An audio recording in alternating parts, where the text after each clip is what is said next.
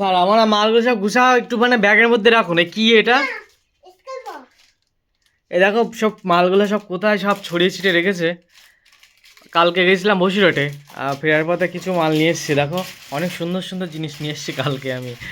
তো সারা আর হচ্ছে তোমার কি বলে স্কেল বক্স নেবে বলে সব ঢেলেছে, কি কি মাল আছে তার মধ্যে দেখবে।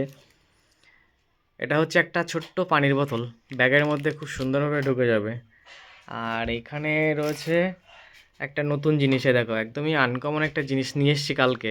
এটা হচ্ছে মাছের আঁশ ছাড়ানো একটা যন্ত্র। তোমার তো আছে স্কেল বক্স? না, নিতে হবে না। আর এখানে দেখো একটা সুন্দর ব্যাগ। এই ব্যাগটা একটা অর্ডার এসেছিলো, ওই জন্য নিয়ে এসেছি। এত দামি ব্যাগ সাধারণত দোকানে রাখা হয় না। তো এখানে আছে মালগুলো সব, দেখো ছড়িয়ে ছিটিয়ে রেখেছে, আর ব্যাগের ভিতরে এখন আছে।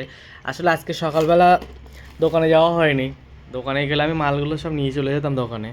দোকানে যাইনি বলে বাড়িতে আছে। আর এর কাজ নেই খেয়ে সব জিনিসগুলো বের করে সব ভরে রাখো।